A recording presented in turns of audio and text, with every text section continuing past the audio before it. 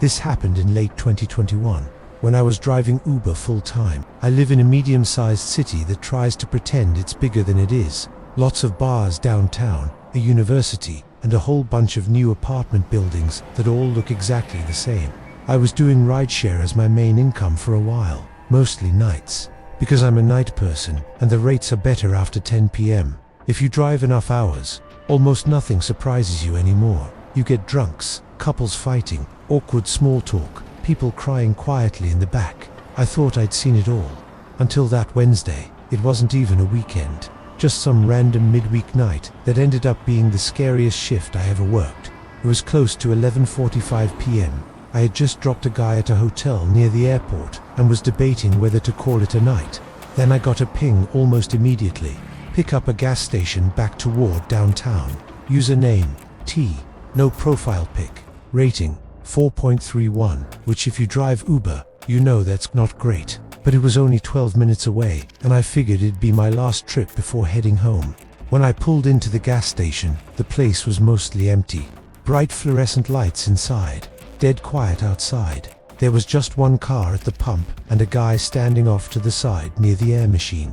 Black jacket, jeans, shaved head, hands in his pockets. He wasn't smoking, wasn't on his phone, just staring at the ground. I checked the app. Pickup spot reached. I rolled my window down and called, UT.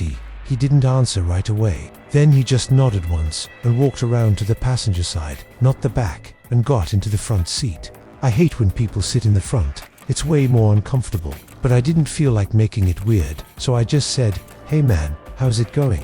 and started the trip. The destination was across town, an address in a neighborhood I knew, older part of the city, mostly small houses, nothing sketchy. He didn't answer my question. He just clipped his seatbelt on and stared straight ahead. I tried again. "All good tonight," he said. "Just drive, please." His voice sounded tired, and there was something off about it.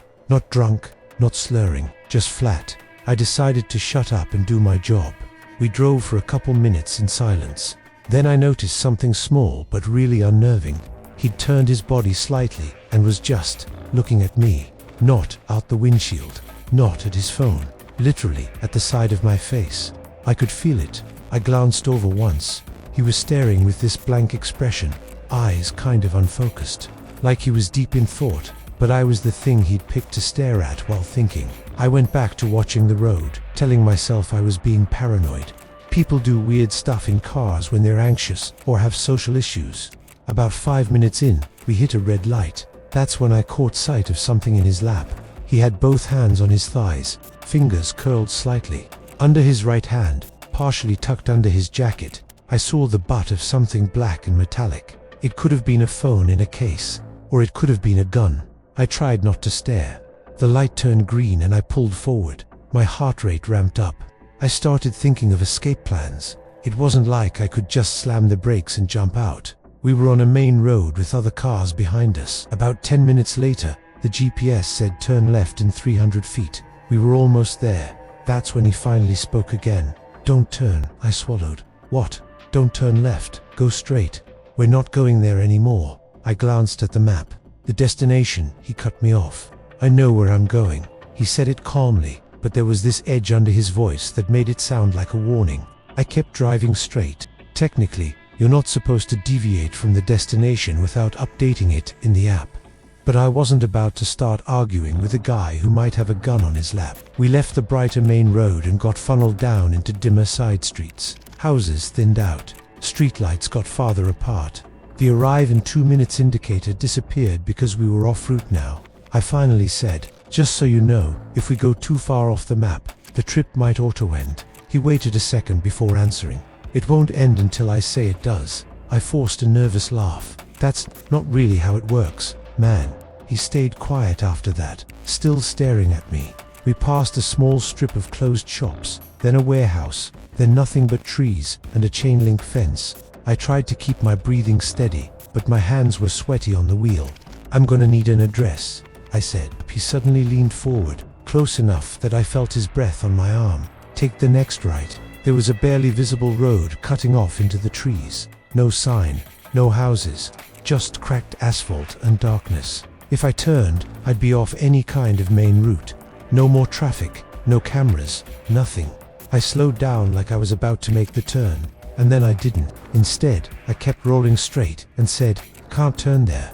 Road's closed. GPS isn't showing anything." He stared at the side of my face for a long second. "You're not listening," he said. I could see that black object under his hand again. My throat felt dry. This is where I did something I still don't fully understand. It was like my survival instinct kicked in before my brain. I said, "Listen, I've got a dash cam right there," and nodded toward the little camera clipped to my windshield. If I go down some unmarked road, Uber flags it sometimes. They're already on my ass about safety reviews. That part was actually true. I did have a dash cam, but it wasn't synced to Uber or anything. I was just hoping the word camera would change something in his brain. He looked up at the dash cam. The tiny blue light was blinking. He stared at it, then at me, then back at it. Slowly, his hand moved away from his lap. "Fine," he said. "Take me back." "To where?" I asked. "Back to the gas station." He said, "Where you found me." He said found instead of picked up. It stuck with me for some reason. I made a wide, very obvious U-turn at the next intersection, staying on well-lit roads as much as possible. I drove like a perfect citizen. Full stops, turn signals, exact speed limit, because I wanted every camera and traffic sensor in the city to have my car on record. The whole way back, he didn't say a single word. He went back to staring straight ahead, not at my face anymore, just at the windshield. When we pulled back into the gas station, I stopped under the brightest light. I ended the trip in the app and said, "We're here." He didn't move at first. Then he turned his head toward me and said, in this weirdly polite tone, "You made the right choice." He got out and shut the door. I watched him in the mirror as he walked past the station, not toward the entrance, not toward another car. He went around the side of the building and vanished into the dark. I pulled away and parked around the corner where he couldn't see me if he came back. My hands were shaking. I opened the app to look at the trip details, half thinking about reporting him. The fare amount was there, the route, the gas station on both ends, but the rider's name wasn't T anymore. It was a full name I didn't recognize. New profile picture, different rating. It was like the ride had been reassigned while it was happening. I screenshot everything and sent it to Uber support, asking if an account switch or hack could cause that. They replied with some generic message about technical syncing issues and standard trip variation. I still have that screenshot. Sometimes I zoom in on his profile picture, wondering if I'll see that face on the news one day. I stopped driving nights a month later, and every time I pass that gas station now, I can't help picturing him standing there under the lights, waiting for someone who will take that turn. I'm a 23-year-old woman, and at the time this happened, I was using Uber constantly. I don't have a car. I live pretty far from the city center, and taking the bus home after late shifts just wasn't worth the risk, so rideshare became my default. I had a rule: always check the plate, always check the driver's name. I did everything right. It still didn't matter. This was last summer. I worked at a restaurant that closed at 11 on weekdays, midnight on weekends. It was a Saturday, and we were slammed. I ended up clocking out around 12:30 a.m. By then the streets near the restaurant were mostly empty, just a few drunk couples and bar staff cleaning up. I ordered an Uber as usual. Driver, Malik. Car, black Toyota Camry. ETA, for minutes. I stood under the restaurant awning checking every black car that passed. A black Camry rolled up after about 5 minutes. Same color, similar model, but the plate didn't match. I let it go. 2 minutes later, my actual Uber pulled in. Plate matched, driver matched the photo. I got in, said hello, we did small talk, and everything was completely normal. That detail is important. My actual ride was totally fine. He dropped me at my apartment complex around 12:55. I tipped him in the app, walked inside, took my dog out, and went through my usual routine: shower, late snack, some scrolling in bed. Around 2:30 a.m., I finally turned off my phone and tried to sleep. My dog, a small mutt who basically barks at leaves, was curled up at the foot of the bed. At some point, I drifted off. I don't know what time it was when I woke up to the sound of a car horn, one short beep, then another, then a third. I live on the second floor, and my bedroom window faces the parking lot. I figured maybe someone was picking up a drunk friend and using the horn as a signal. It happens. But then the horn beeps stopped, and, after a minute, someone banged on a car door. Not my door, a vehicle door. It was this hollow thud, like someone slamming a fist on metal. My dog lifted his head and gave this low growl I'd never heard from him before. I got up, walked to the blinds, and peeked through a gap. At first, I didn't see anything. Then my eyes adjusted. There was a car idling in the parking lot directly under my window, a black sedan. The headlights were off, but the parking lights were on. I couldn't see the plate from that angle, but the shape and color looked like a Camry. Someone was sitting in the driver's seat. I could see the faint shape of a head, lit by the glow of a phone screen. I watched for another 10 seconds, then told myself I was being paranoid. Plenty of people drove cars like that. Maybe it was just a neighbor or a boyfriend dropping someone off. I went back to bed. I had just started to fall asleep again when I heard my dog growl, much louder this time. Then a noise from the hallway, a soft shuffle. I froze. My bedroom door was slightly open, and there's a thin line of light that spills in from the living room when the street lamps are on. I saw a shadow move across that strip of light, not the size of a dog, not like my neighbor's cat that sometimes finds its way onto my balcony. This was tall, human-sized. I lay there, absolutely still, replaying every second after I'd come home. Did I lock the door? I always lock the door. Did I? This time, the shadow passed by again, slower. Then I heard my kitchen floor creak. My phone was on the nightstand. I grabbed it as quietly as I could and dialed 911, whispering my address and telling the dispatcher there was someone inside my apartment. He told me not to move, to stay on the line, and that officers were being sent. While he was talking, whoever was in my living room started humming. It was a low, tuneless sound, like someone humming to themselves while concentrating. The kind of thing you might do while looking for something. My dog moved next to me, trembling.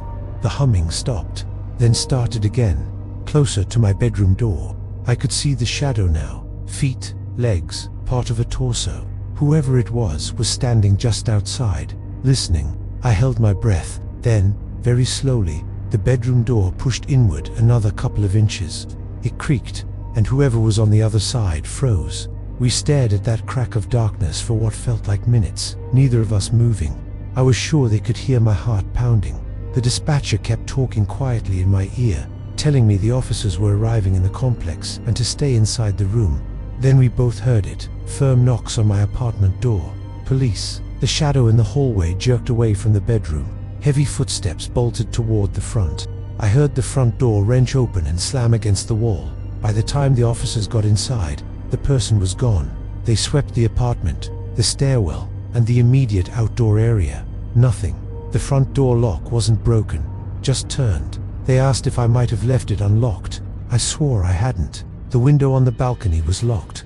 No signs of forced entry anywhere. I told them about the black sedan in the lot. They went outside with me to look. It was still there, engine off now, and it was a black Camry, same body style as my Uber from earlier, different plate. One of the officers shined his flashlight into the interior. There was no one in the front seats, but the back seat. The back seat was reclined almost all the way down.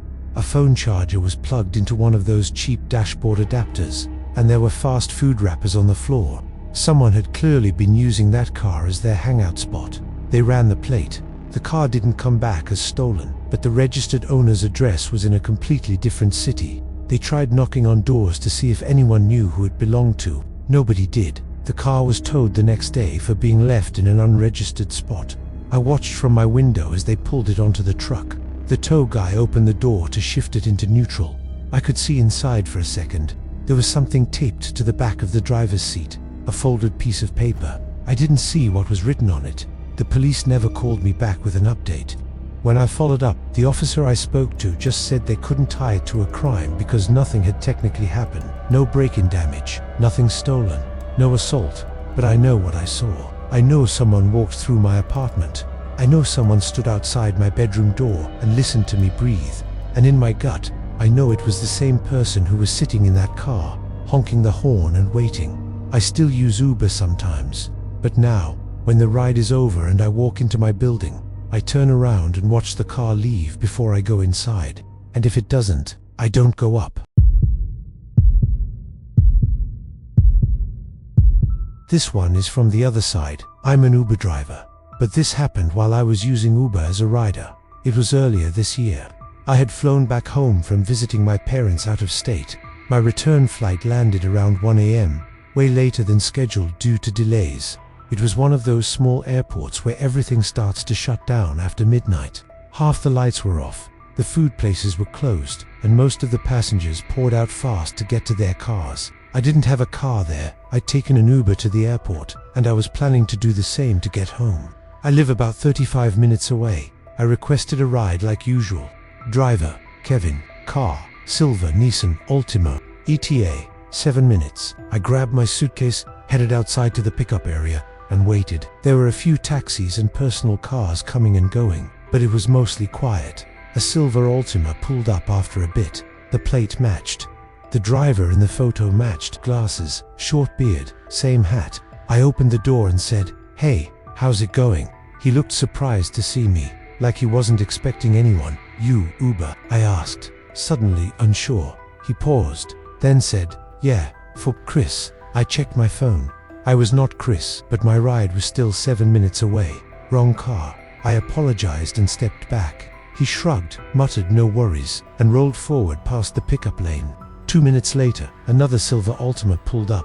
This time, the plate matched perfectly, and the driver photo matched. No glasses. Different face, different build. This one was my guy. I got in, we confirmed my name, and we started the ride. The guy was chatty, telling me he liked doing airport runs late, because you never know who you'll get. He seemed normal. We talked about weather, flight delays, the usual. We took the highway most of the way, and then the GPS rerouted us off onto a smaller road due to a reported accident ahead. I ride-share drive myself, so I know that happens all the time. No big deal. The detour took us onto a 2-lane road that cuts through some industrial areas, then into a stretch of barely developed land, construction sites, fields, and a few scattered warehouses. About 10 minutes into that detour, another car pulled up behind us. You guessed it, a silver Altima.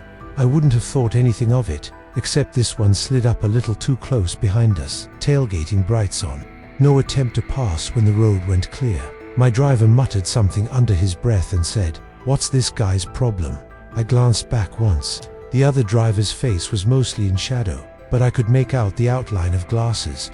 A hat. Something about him pinged my memory. The first Altima at the terminal. The Chris one. We drove like that for a while. My driver turned onto a narrower road, and the car behind us followed. No signal to turn. No attempt to pass. Just glued to our bumper. My driver said, "Maybe he thinks I cut him off." "Maybe," I said, not believing it. I kept checking the rear view. The guy's lights stayed the same distance behind us, no matter how my driver adjusted his speed. I typed a quick text to myself on my phone, something like 1:40 a.m. being followed by silver Altima. Location pin, just in case anything happened and someone found my phone later. Eventually, my driver turned into my neighborhood. I expected the other car to continue straight. It didn't. It turned in also. We both went down the main residential street. My driver slowed as we approached my house. I leaned forward and quietly said, "Can you keep going past my place?" He glanced at me in the mirror, saw my face, and nodded. We passed my house. The other car passed it too. That's when my driver got suspicious. He said, "You want me to go to the police station? There's a small substation about 7 minutes from my neighborhood." I said, "Yeah, please do that." He didn't question it. He took the next right, then another, looping us back toward a bigger road. The other Altima followed every single turn. Then we hit a red light. My driver rolled his window down, stuck his arm out, and motioned at the car behind us like go around. The other driver didn't move. The light turned green. Instead of continuing straight, my driver made an erratic left turn without signaling, the kind of turn you only make when you suddenly change your mind. The other car had to slam its brakes to avoid rear-ending us. We sped up. I could see the police substation icon getting closer on my driver's offline map. I guess he'd been there enough times to have it saved. For a second, I thought we'd lost the guy. Then the other Altima blew through a yellow and came back into view in the mirror, catching up. "Okay, yeah, this dude's following," my driver said. He sped up more. We were doing almost 60 in a 40 now. Houses blurred by. My hands were gripping my suitcase on my lap, so hard my fingers hurt. At the final intersection before the substation, There's a big, obvious blue police sign pointing right. My driver didn't turn. Instead, he turned left, away from the station and said, "Hold on." We went down a side street, then another, a tight grid of quiet residential roads. I lost track of how many turns we made. The other car stayed with us for all of them. Then we hit a cul-de-sac, dead end, no through road, just a circle of driveways. My stomach dropped. The other car rolled in behind us, blocking any exit. We came to a stop. My driver kept his hands on the wheel, breathing hard. For a second, nobody moved. Then the other Ultimus headlights switched off. We sat there in this pocket of darkness, only lit by nearby porch lights and my driver's dashboard. "Get your phone ready," he whispered. "Already on 911, I said. My thumb hovered over the call button. The door of the other car opened. Man stepped out. He was wearing glasses. Same hat as at the airport. My brain finally placed it. This was the first driver. The fake ride. He didn't approach yet. He just stood there next to his open door, looking at us.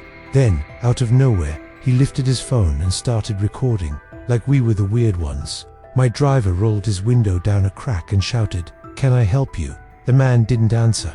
He just kept filming, then raised his other hand and pointed at my driver, then at me, then made a slow cut across the throat gesture. I hit call. As soon as the dispatcher picked up, I spoke fast, giving our location and describing both cars. The guy with the glasses heard enough to understand what was happening. He dropped his hand, climbed back into his car, and backed out of the cul-de-sac faster than I thought possible, tires squealing. He took off down the road without headlights. My driver backed out too, pulling in the opposite direction, toward the police station this time. We waited there until an officer met us in the lot. We both gave statements. The wrong pickup, the matching car model, the tailing, the gestures. They took it seriously, but there wasn't much they could do in the moment without a plate number. Neither of us had caught it clearly. Here's the part that still keeps me up. A week later, while I was scrolling local news, I saw a small article about a rideshare driver whose car had been stolen at gunpoint near the airport. Description: silver Altima, late 2000s model. Driver forced out, car taken. The robbery happened the same day I flew back. So, either that guy stole the car and spent the rest of the night trying to pick up random people, or he'd been doing it for longer. Either way, I don't think he was hoping to give me a cheaper ride home. I still drive for Uber sometimes, now that I'm back to using my own car, but I don't do airport pickups after midnight. And when I use Uber as a passenger, I check the plate, the face, the car, and I still hesitate for half a second before opening the door, because now I know there's more than one way to end up in the wrong car.